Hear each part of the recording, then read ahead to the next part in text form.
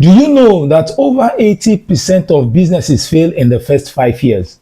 And another 80% of the remaining 20% that succeeded in the previous 5 years fail again in the following 5 years.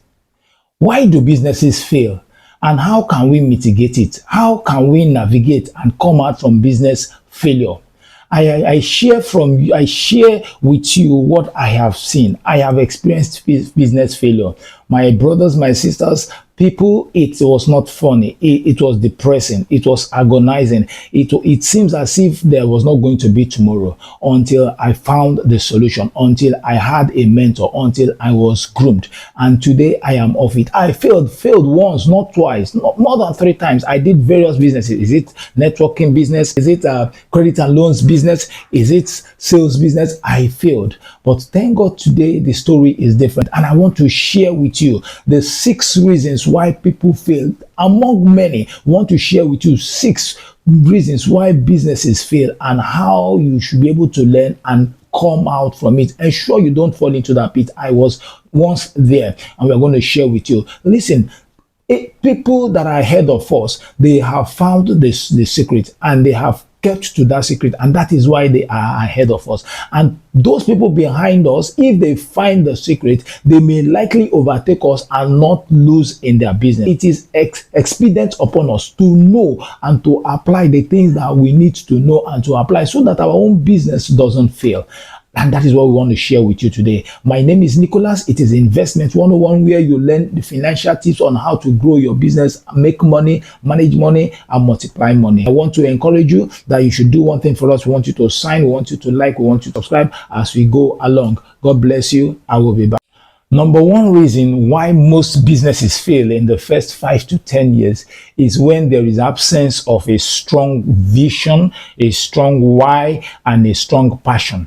When there is absence of vision, purpose, and passion, the business is most likely going to fail, because you must be able to define your why. Why are you going into this business? Why are you embarking in this journey? Why are you going into real estate? Why are you going into cryptocurrency? Why are you going into the stock market? Why are you going into one business or the other? Why are you going to digital marketing? You must be able to define your why. If you have a strong why, trust me, when the going becomes shaky, you can be able to stand, because a strong vision keeps you going, keeps you strategized. Then a strong passion makes it, even when difficulties come your way, because you have the passion for it, then sacrifices and prices becomes normal. You don't feel stressed. And when you have a strong purpose, then you cannot be moved, you cannot be distracted. But people lack purpose, they lack vision, they lack passion. So, and this is why businesses fail in the first 5 to 10 years. So if you're able to define your why,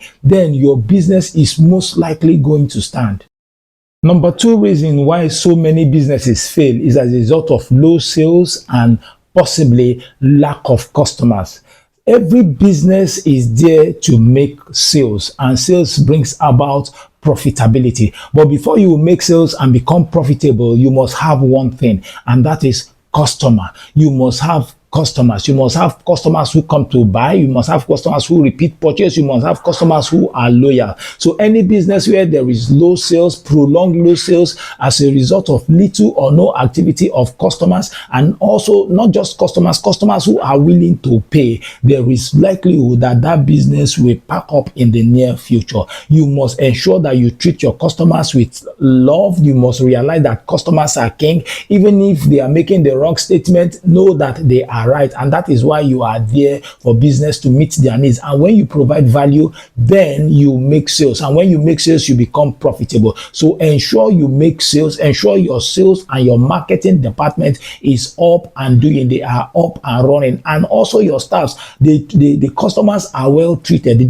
Your staff should be trained to treat customers with respect, with humility. We show them love, and they will feel free whenever they come to your domain or to your store or wherever you are providing this service. So you must have good sales and good customer patronage. Number 3, government policy. Every business works in a government-controlled environment. Government policies can either make a business or break a business. We have government deregulation, we have privatization policies, we have taxation policies, we have tariffs, we have different kind of regulations beyond even the government. It might even be the association. So every business owner must know the rules and regulations as it applies in that territory, in that jurisdiction, whether it is online or whether it is on site. You must know the rules and regulations governing that business, governing that territory, governing that environment. And the earlier you know it, then you will know how to play along with the players or the intermediaries in this platform. So you must know government policy, know how it goes to ensure that taxations and other policies will not push you out of business. Number 4, personal use of business fund. Lack of financial discipline has been a major problem when it comes to business failure in the near future. You must learn how to have a company's account, separate it from your own personal account. Remember, I speak from experience. So you must separate it. You must be able to delay gratification. Yes, the business is showing signs of growing. Then don't jump in and begin to celebrate, call parties here and there, or begin to invest in extravagancy, or perhaps you begin to go into more investment. No, it's a step at a time, and you should be able to separate your personal income from the company's income. When you have family challenges, don't dip hand there. You must have a specific account for a specific thing. That is why we have also talked about emergency fund. You as an individual have your own personal emergency fund. Not that someone is sick in the family, you dip hand in the business. I am not saying you should not help loved ones. I am not saying you should not be a charitable person, but I'm saying you must be able to differentiate. You must be able to define this is business account and this is individual account. Learn to separate it. Let there be separation. If I use the words, let there be separation of power. Let there be separation of financial power. No interference. 5, competition.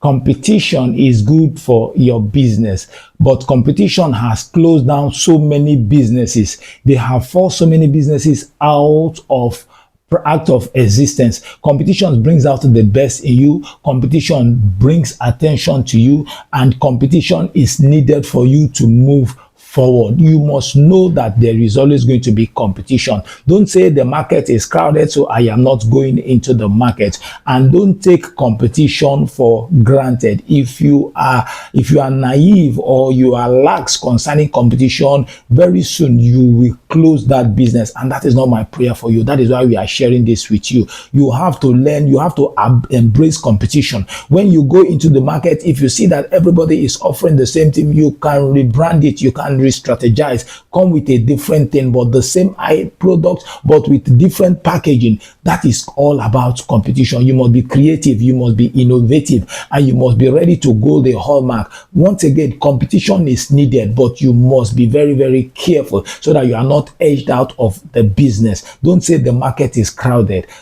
You are here to succeed. And number 6, lack of loyalty.